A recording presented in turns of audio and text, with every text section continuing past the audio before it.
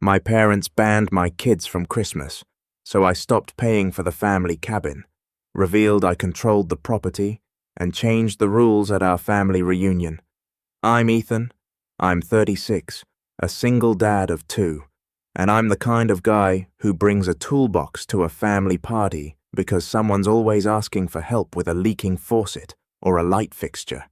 My daughter, Zoe, just turned 8, sharp as a tack, and always asking questions like she's interviewing the world.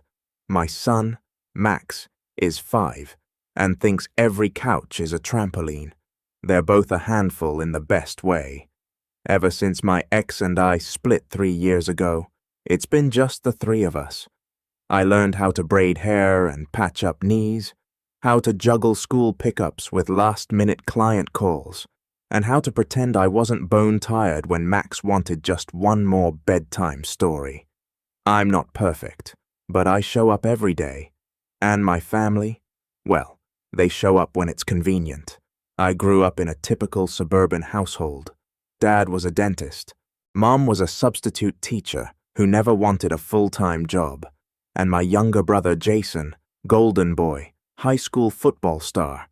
Mom's pride and joy. Jason could crash a car and my parents would somehow blame the road. I could get a raise and they'd ask if Jason helped me with the interview. That kind of dynamic. As we got older, I stopped trying to compete for attention. I moved out at 20, started a home renovation business with a friend, and quietly built a decent life for myself. Nothing flashy, but enough to own a home, pay my bills, and set aside something for the kids. Jason stayed close to home, married his high school sweetheart, no kids, works in it, something vaguely tech-related that none of us understand, but sounds important enough to nod at during dinner. They live 20 minutes from my parents and visit all the time. My parents watch their dog when they go on vacation, water their plants, drop off meals just because. Meanwhile, I'm lucky if my mum remembers Max's birthday without a Facebook reminder. And yet, every year, I show up for the family holiday party. It's tradition. Mum makes her overcooked turkey. Dad plays the same Dean Martin album. And Jason hosts now that he has the space. His house looks like it was ripped out of a crate and barrel catalog. Modern, sterile, and not meant for kids who want to build pillow forts. Still, I've always brought Zoe and Max. It's important to me that they know their extended family, even if it's a little stiff and awkward, even if Jason looks like he'd rather be anywhere else when Max accidentally spills juice on his white rug. Last year, Zoe sang a little song she made up about reindeer, and no one clapped, not even a smile.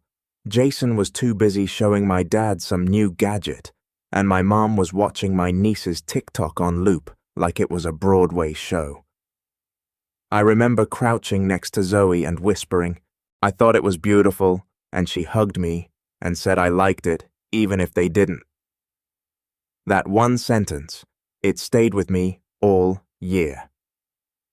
So this year, when the group chat for the holiday party went out in early December, I replied, like always, me plus 2, Zoe and Max, will bring cookies. No one responded. 2 days later, Mum called, not to say hi, not to ask how the kids were, just straight to the point. Ethan, we were wondering maybe this year you could come without the kids.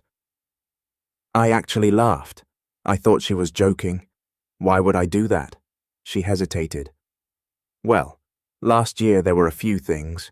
Spills, noise, it was just a lot. They're kids. Mum, I know. But Jason's house isn't exactly child-proof, and we just want things to go smoothly. No drama this year. No drama. That phrase stuck in my head like a splinter. I could hear Jason in the background, probably coaching her through the call. My jaw clenched. I didn't say anything for a few seconds because I knew if I opened my mouth right away, I'd regret it. Finally, I said, so, I'm not welcome unless I come alone. We're not saying that. Just maybe it would be best. I hung up. I didn't say anything to the kids right away. What could I say? Hey, you know the people you think are your grandparents and uncle? They prefer you not show up this year because you're inconvenient. No. I let it sit. I let it burn a little. A few days later, Jason posted a picture on Facebook, a photo of him, my parents, and his wife in front of their tree, matching pajamas, all grins. The caption, "Family only. Peace at last." That was the moment. That was the spark that lit the whole thing. I didn't even hesitate. I shared the post with my own comment. Perfect. So, the taxes, bills, and maintenance are yours now. 10 minutes later, the post was gone, and my phone wouldn't stop ringing. First Mum, then Jason, then Dad, then Mum again, then Jason again. I watched them light up my screen like it was a call center on fire. But I didn't answer. I just stared at the phone. Then at the fireplace where Zoe and Max were hanging stockings we made from felt and glitter. Zoe was humming her reindeer song again. That's when the plan started forming in my head. A quiet kind of revenge. The kind you don't see coming until the foundation under your feet is already gone. You see what Jason forgot? What they all forgot is that while they were playing perfect family for social media, I was the one holding everything together behind the scenes. The taxes, the insurance, the shared property our grandfather left us, the utilities my name was on because no one else wanted the hassle, the cabin they all love to escape to, the one they think just magically stays stocked and maintained. Yeah, that's mine. They never noticed the paperwork. They never asked, but they were about to, and I had every intention of letting the truth unravel slowly, painfully, and publicly. But first, I had to wait for the next move, wait for the moment they realized I wasn't just sulking, I was done. And when it came harder than I expected. I didn't sleep that night, not because I was angry, though I was, but because something in me had shifted. You know that feeling when a puzzle finally clicks into place, when a truth you've been trying not to admit for years finally lands with full weight in your chest. That's what it felt like I've been playing along in a game I was never meant to win. And now I saw it for what it was, a performance, and I was the stage crew, never meant to be in the spotlight, just there to keep the show running. The next morning, I made pancakes shaped like stars for Zoe and Max. I sat with them, laughed with them, even let Max put whipped cream on my nose. I didn't tell them about the phone calls or the post. I didn't tell them we weren't going to Jason's this year. I just soaked in their joy, their innocence, because that was mine. I built that, not my parents, not Jason, me. By noon, I had 10 missed calls and 4 texts from Jason, real mature. You trying to make Mom cry? You always make everything about you. We'll talk when you've cooled off. I didn't respond. I knew him too well. Jason always believed that if he ignored a problem long enough, someone else, usually me, would fix it. That's how it had always been. When he totaled Dad's car at 19, I'm the one who called the tow truck and sat with him at the police station when he couldn't afford his first condo's HOA fees. I loaned him the money, which he never paid back, when his wife threw a fit over the power being out at the cabin last winter. Guess who drove 2 hours in the snow to reset the breaker and replace the generator? Me. Not because he asked, because no one else would, but something about that photo caption, "Family only, peace at last," was a slap I couldn't unveil. It wasn't just a passive-aggressive jab. It was a declaration. I'd been excluded. Worse, my kids had been excluded. And for what? For being inconvenient, for not fitting into their curated version of a perfect holiday. I could have let it go. I could have smoothed it over like I always did. But that version of me, he was gone, and I didn't want him back. The real breaking point came 3 days later. I was at the hardware store picking up salt for the driveway when I got a call from my Aunt Marie.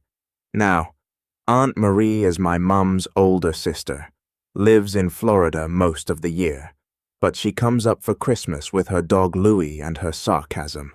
She doesn't sugarcoat anything. "Ethan," she said without so much as a hello. "Are you really not coming to the party this year? Did Mom tell you what she said to me? She said you overreacted, that you made a scene. But I've known your mother for 65 years, and I know when she's leaving something out." I explained everything.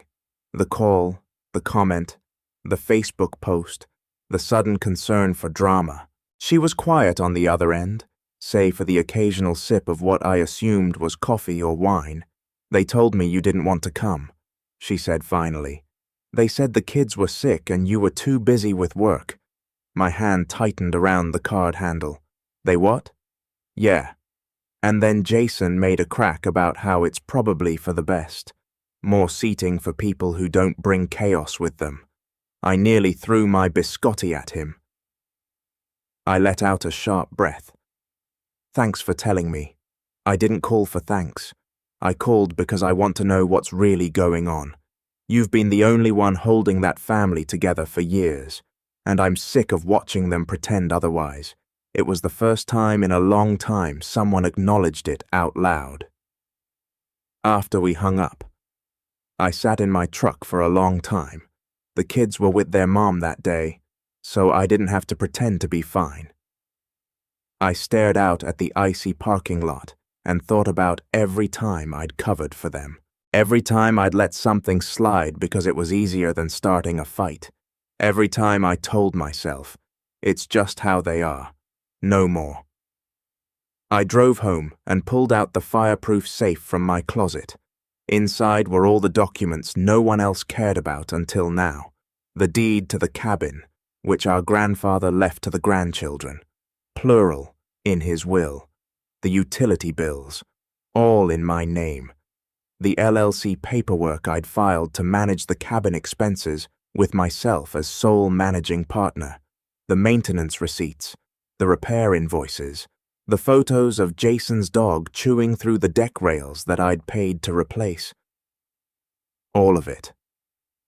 I started scanning and organizing, not to start a fight, to build a timeline. Because if they wanted to treat me like I wasn't part of the family, they were about to find out what family really meant legally, financially, and emotionally. The next text came from my mom. "Honey, let's not make this bigger than it is. We're all tired. Jason didn't mean anything by the post. Can you please stop stirring things up?" I stared at it. No apology, no accountability, just deflection as always. That's when I knew they didn't think they'd done anything wrong. That's when I realized they weren't going to change. I typed back, "You asked me not to bring your grandchildren because you didn't want drama. Jason made a public post mocking us, and now you're asking me to be quiet so you don't have to feel uncomfortable. I'm not stirring things up. I'm just done pretending this is normal." She didn't reply. The party went on without us. I saw the photos through mutual friends. Jason carving the turkey like he was in a Hallmark movie. My parents posing in front of the fireplace. Aunt Marie sitting stiffly with Louie on her lap, and an expression that screamed, "I hate all of you." The caption this time was simply, "Grateful for those who show up."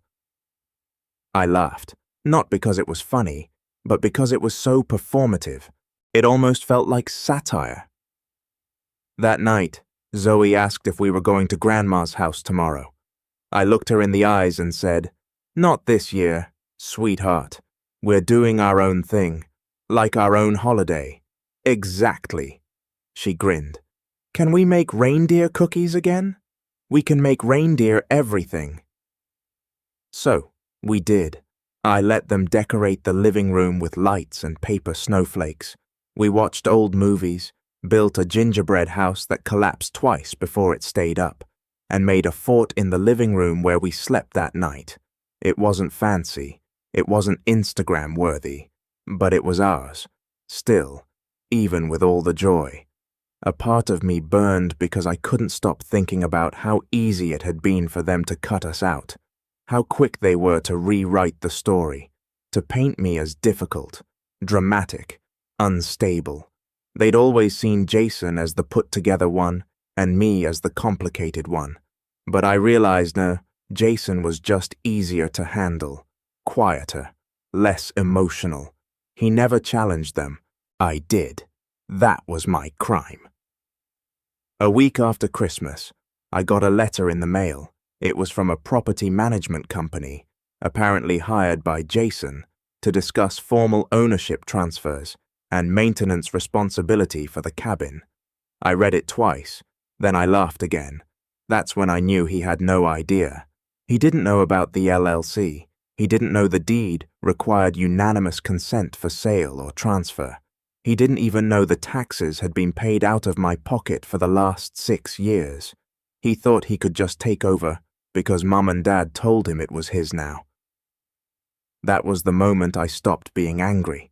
That was the moment I started planning the response. But I'll get to that soon, because right after I opened that letter, I got another surprise, one I didn't see coming. And that, well, that's when things truly exploded.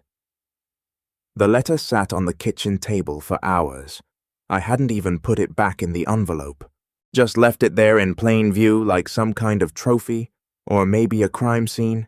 Jason had officially decided to manage the cabin, the same cabin he hadn't lifted a finger for in over a decade, the same one he once left unlocked after a weekend trip, and then blamed me when the pipes froze and burst.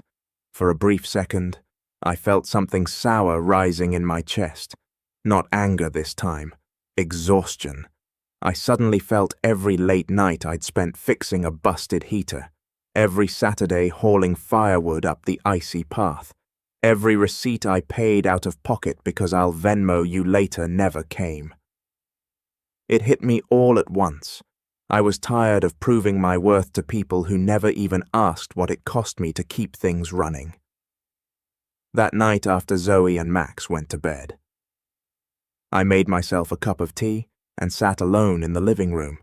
I didn't turn on the TV, just silence, just me and that stupid letter and the quiet hum of the heater kicking in.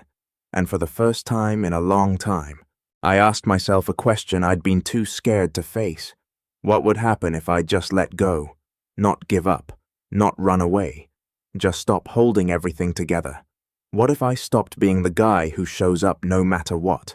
What if I stopped carrying the weight of a family that never once offered to carry me? The next morning, I drafted a response to the property management company, polite, professional, a simple PDF with attached legal documents, titles, tax receipts, and a friendly note. This cabin is managed by an LLC under my name, as agreed upon by the inheritors in accordance with my grandfather's will. All financial responsibility, maintenance, and legal liability are presently handled through that structure.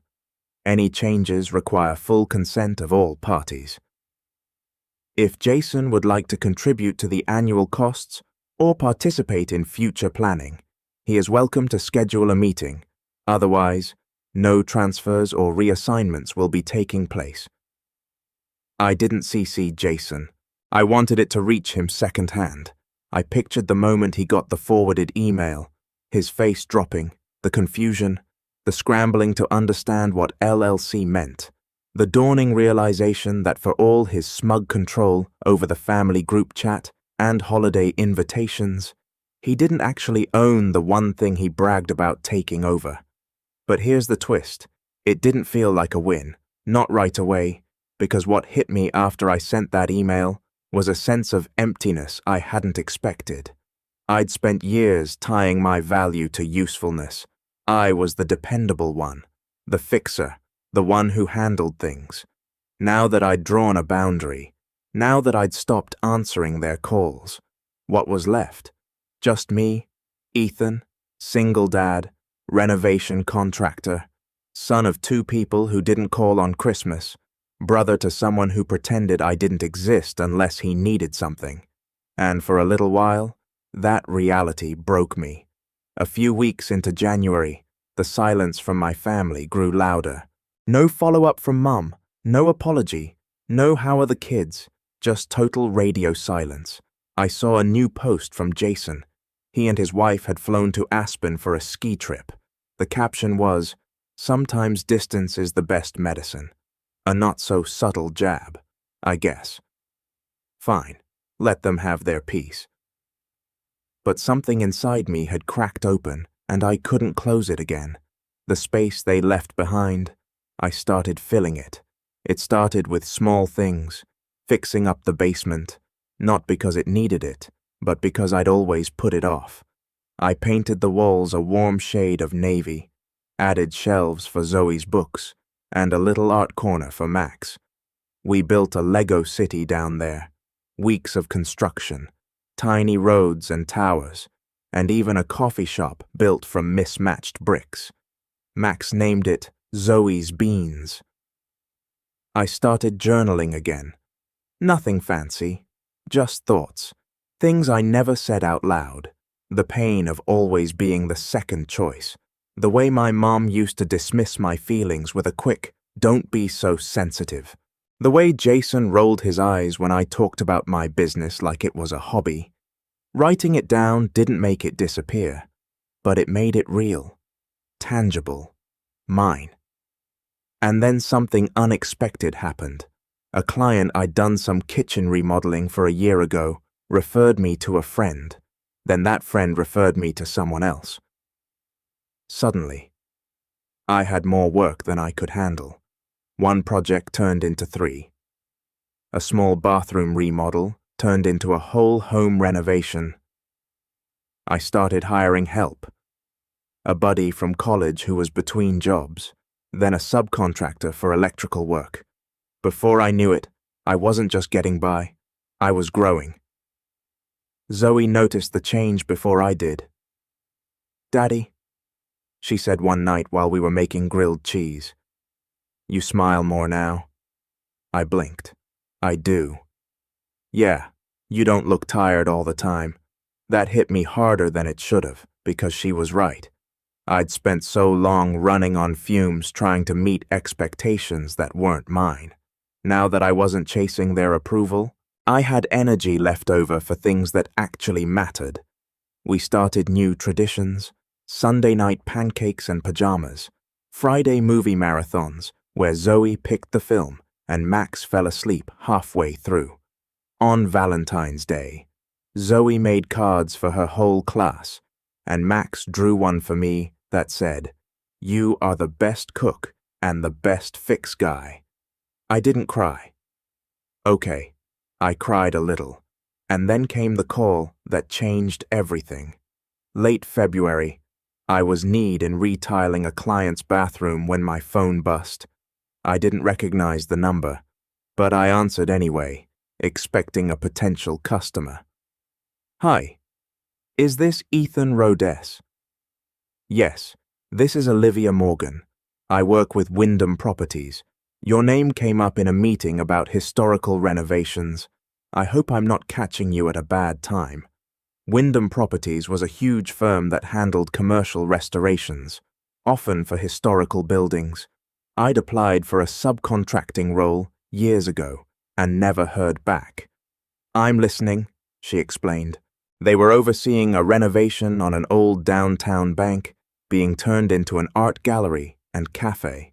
They were looking for someone who could manage the interior woodwork and layout while preserving original features. My name had been recommended twice. "Would you be interested in a meeting?" I could barely believe it. We set a date. I walked into that meeting with blueprints under my arm and a voice in my head saying, "They're going to laugh you out of the room." But they didn't. Olivia was warm, thoughtful, and had done her homework. "We liked how you balanced modern design with original features in the Lambert House remodel," she said. The client raved about the staircase. I blinked. You actually read my case file? Of course, you're good. Ethan, I got the contract. 6 months. Full creative input. Real money. Real recognition. That night, I sat on the porch after the kids were asleep. I had a cup of tea in one hand and Max's drawing in the other. The stars were out. The air was cold, but not sharp. And I let myself feel it for once. Pride. Not the kind you post about. The quiet kind. The kind that comes from knowing you built something. Not for applause, but because it mattered to you. And then, like clockwork, the past came knocking. A text from Mom. First one in weeks. Your father isn't feeling well. We're worried. Can we talk? The timing wasn't lost on me. I'd finally found peace, and now the strings were being pulled again. A part of me ached. I didn't want Dad to be sick, but I also knew better than to walk back into that house without asking myself. What am I walking into? What am I willing to tolerate? What do I owe and to whom?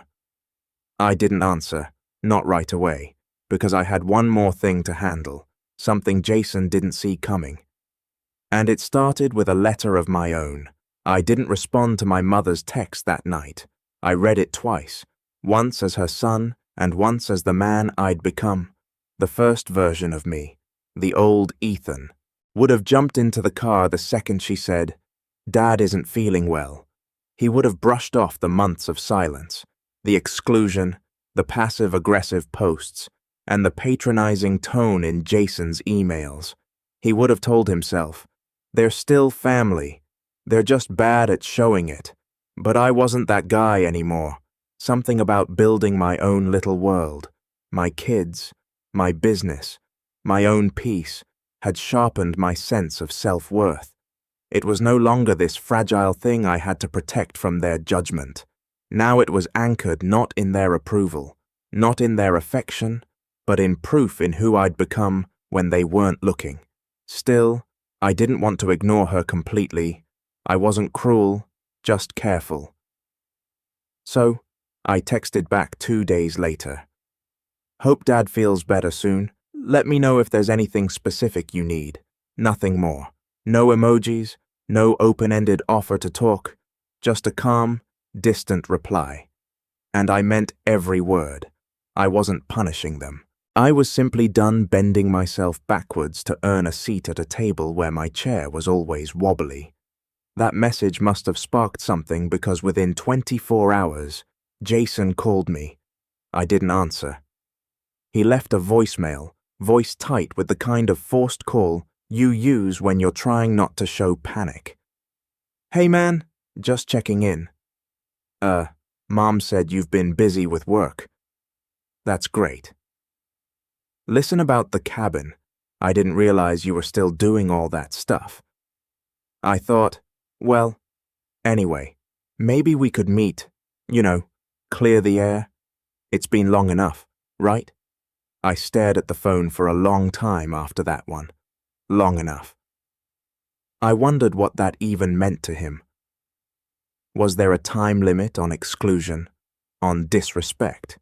Did he think that if he waited it out long enough, I'd just forget everything? That was when the idea came. Not a rage-filled plan, not some dramatic Hollywood revenge moment, but something quiet, strategic, precise. I didn't want to yell. I didn't want to explain. I wanted to show them. Show everyone what it looked like when the guy behind the curtain stepped into the light. I started with the cabin. I filed a formal amendment to the LLC bylaws. Nothing sneaky, just long overdue. I added a clause requiring unanimous written approval from all members before any structural changes, rental listings, or property use beyond immediate family events. It was legal, fair, transparent. I had sole managing authority after all. Then I hired a local attorney, Sarah Whitman, smart, no nonsense, and very good at translating passive-aggressive family dynamics into bulletproof legal ease. I laid everything out for her, the inheritance terms, The maintenance history, the financial records, the texts, the Facebook post, the attempted transfer. She reviewed it all. Then she looked at me and said, "You've got them by the throat. But the question is, do you want to squeeze or just let them sweat?" I smiled. Let's make them sweat first. She helped me prepare a formal report detailing every cost associated with the cabin over the last 10 years. Repairs, utilities, snow removal, even the time I spent fixing things myself. We included receipts, timestamps, even photos. Total cost, $47,600. We didn't demand reimbursement. Instead, we sent it as a summary of contributions and asset oversight to my parents and Jason. The tone was professional, cold, even the kind of document you get when someone is politely warning you that the free ride is over. Attached was a simple note from Sarah. Please be advised that any future use of the Rhodes family cabin without express written approval will be considered trespassing. Should Mr. Jason Rhodes or any other party wish to discuss contribution terms or formalize shared ownership responsibility, Mr. Ethan Rhodes is open to mediated discussion. Otherwise, continued use of the property without contractual participation will no longer be permitted. The message was clear. You don't get to exclude me, then claim the things I built. I timed the email perfectly. Wednesday, 9:00 a.m. sharp. I wanted them to open it with their morning coffee right as the workday was starting, right when it would ruin their whole mood. Jason's response came 3 hours later. "What the hell is this?" I ignored it. Mom called that evening. "Ethan," she said, voice trembling slightly. "This is unnecessary. You're making a bigger deal than it needs to be." "I'm protecting what's mine," I said calmly. "You taught me to be responsible. I'm being responsible. This isn't how family handles things." "No," I agreed. Family doesn't usually tell a father he can't bring his kids to Christmas, then post a picture saying, "Peace at last." That's not how family handles things either. Silence. Then she said something that stunned me. "I didn't know Jason wrote that caption." I blinked. He posted the picture. "Mom, I didn't know what it said. I don't have Facebook anymore." He showed me the picture, but not the caption. I didn't know whether to believe her, but part of me, just part of me, wanted to. Still, I held my line. "Well, now you know," she sighed. "We just want things to go back to normal. They already are," I said. "My normal just doesn't include being used anymore." Click. She hung up. And that was fine, because while that storm brewed quietly on the home front, something even bigger was taking shape behind the scenes. The Wyndham project was in full swing. By March, I was running a full team. I had a designer, 2 contractors, and an assistant. Zoe helped paint color swatches on weekends. Max called the building Dad's Castle. I documented everything, before and afters, time-lapse footage, supplier lists, workflow logs. I knew this wasn't just a job. It was the start of something permanent. My name on something that mattered. I'd also hired a videographer to capture the process. At first, it was just for marketing. But then I started uploading snippets online. Short, clean clips of restoration work, explained simply. Tips, tools, behind-the-scenes shots of Zoe helping me label drawers. And something wild happened. The account took off. Thousands of followers. Then tens of thousands. People loved it. Not just the craftsmanship, but the story. A single dad building a life one board at a time. I started getting DMs from people asking for quotes, partnerships, even sponsorships. By the end of April, I had 2 more contracts signed for spring. And then Jason called again. This time, I answered. His voice was quieter, less smug. Look, I get it now. I messed up. I didn't know all that stuff about the LLC or the taxes. Mom and Dad never told me you were paying for everything. They didn't know, I said. They never asked. He sighed. I wanted to handle things this year because I thought I could take some pressure off them, make things smoother by excluding me. I thought you'd be okay with it, You always act like you don't need anyone. That made me pause because I realized that was the story he'd told himself, that I was fine, that I was strong enough to be ignored, that my silence was consent. I needed respect, I said. And you all made it clear I wasn't getting any. He didn't argue. I didn't offer comfort. I'm not angry anymore, I said, but I'm not going back to how things were either. He hesitated. Are we ever going to be okay again? I don't know, Jason. But if we are, it won't be because I kept pretending you didn't hurt me. He didn't respond, just a long breath. Then I get it. We hung up. I wasn't sure if he really did, but it didn't matter anymore because the setup was complete. And the final piece? Well, that would come soon. See, they had one more surprise planned, a family event, a big one, and they thought I'd quietly stay away. But I had a different plan, and this time I wouldn't be coming alone. They scheduled the family reunion for June, a full-blown celebration of togetherness, according to the cream-colored cards, Stock's invitation I received in the mail, classy, embossed with my name spelled correctly for the first time in years. There was no mention of the Christmas fallout, no acknowledgement of the months of silence, the Facebook post, the LLC, or the boundary I'd drawn in stone. But I knew what it really was, a rebrand. My family didn't do apologies. They did redirection, invite everyone to the lake house, slap Rhodes' legacy weekend on the front, and pretend the past year was just a rough patch. Jason probably pitched it.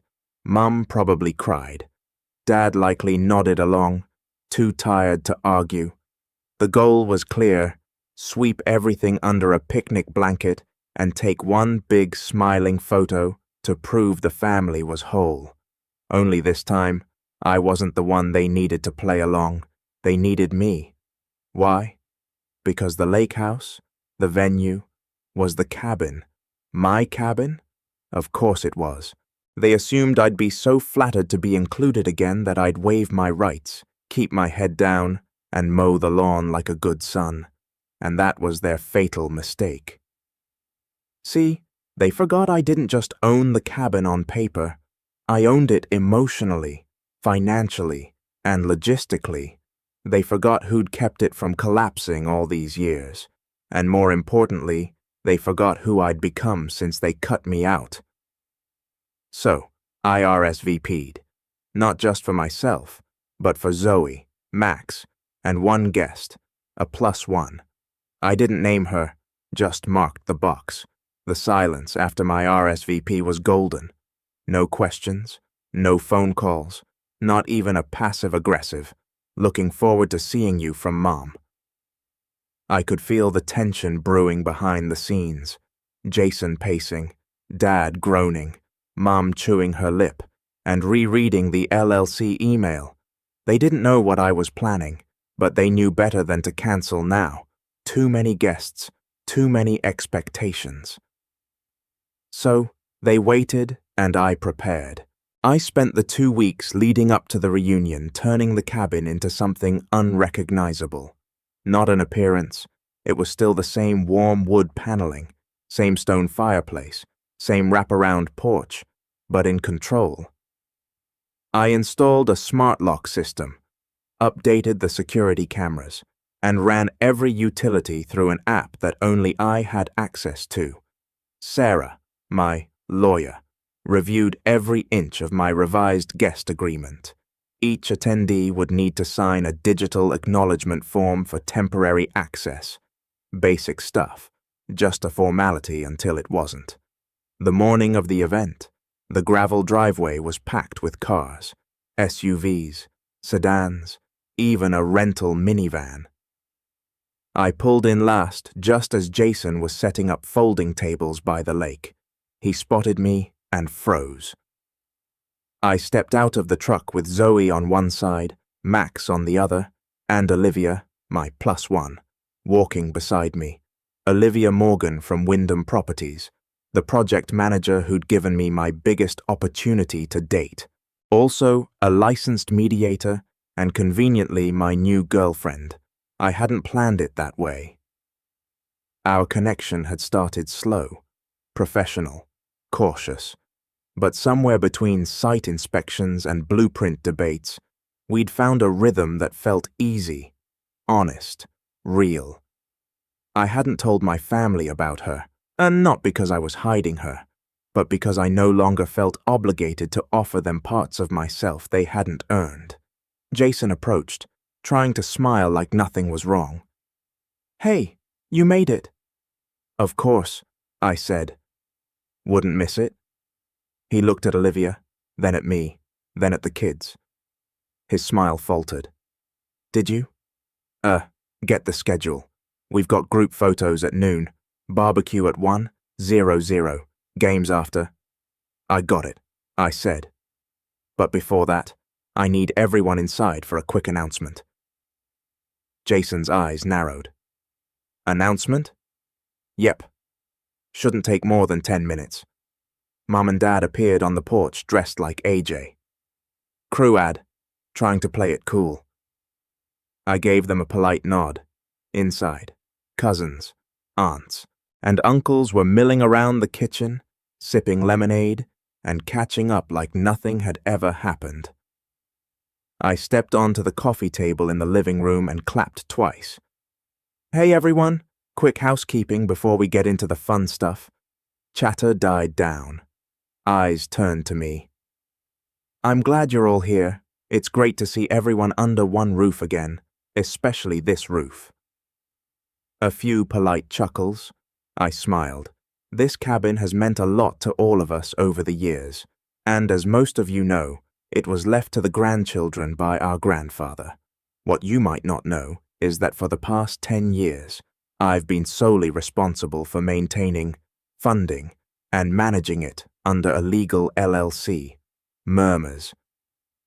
Jason shifted uncomfortably near the fireplace. I continued. "That includes taxes, repairs, insurance, utilities, snow removal, and structural upkeep. I've spent just under $50,000 of my own money keeping it standing, and another 000 hours of labor." I pulled out printed copies of the report I'd sent earlier in the year and began handing them out. Until today, I've never asked for reimbursement, never asked for credit.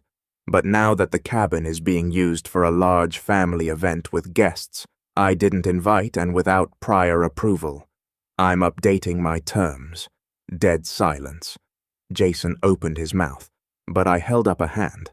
This weekend's gathering is permitted, of course, but moving forward, all family members wishing to use the cabin individually or for group events will need to submit a written request and sign a usage agreement just like any other managed property.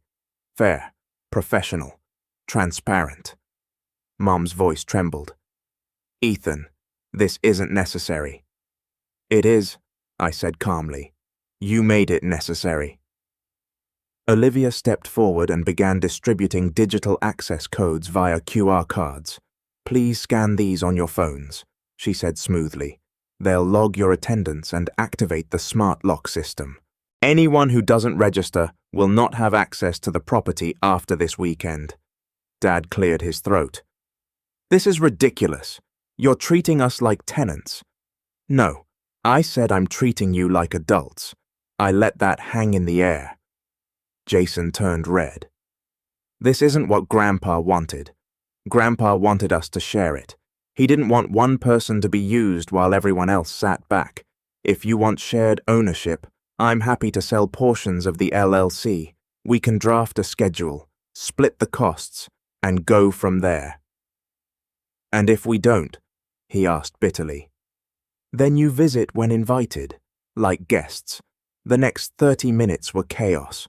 Some relatives were understanding, quietly respectful, even supportive. A few were clearly uncomfortable. One of my cousins hugged me and said, "About time someone said it." Jason stormed outside halfway through. Mom cried, but didn't say a word. Dad stared at me like he didn't recognize the man standing in front of him. But I didn't flinch, not once, because for the first time in my life, I wasn't managing their emotions. I was managing my own boundaries. The rest of the weekend went smoothly. Surprisingly, the barbecue happened. The games were played. Zoe beat everyone at checkers. Max jumped off the dock fully clothed. Olivia sat beside me on the porch swing as we watched the sunset, and she squeezed my hand without saying a word. When it was time to leave, Jason approached me in the driveway. "You embarrassed me." I met his eyes. "You excluded me and my kids." I said I was sorry. "You never said that. You said you get it now. That's not the same." He clenched his jaw. I softened just a little. "I'm not trying to ruin anything, Jason. I'm just done pretending I owe everyone free access to the life I built without them." He didn't respond, and that was fine. He got in his car and left. That night, I locked the cabin from my phone. Security armed, utilities adjusted, access revoked, and as I tucked Zoe and Max into bed back home, I kissed their foreheads and whispered, "We're not the backup plan anymore." The fallout was quiet. No more group chat messages, no sudden invitations, just silence and peace. And that was the best revenge of all. Letting go of a family that only wanted me when I was useful and building one where I was wanted for who I was. I didn't burn the bridge. I just built a better house on the other side of the river. And this time, the foundation was mine.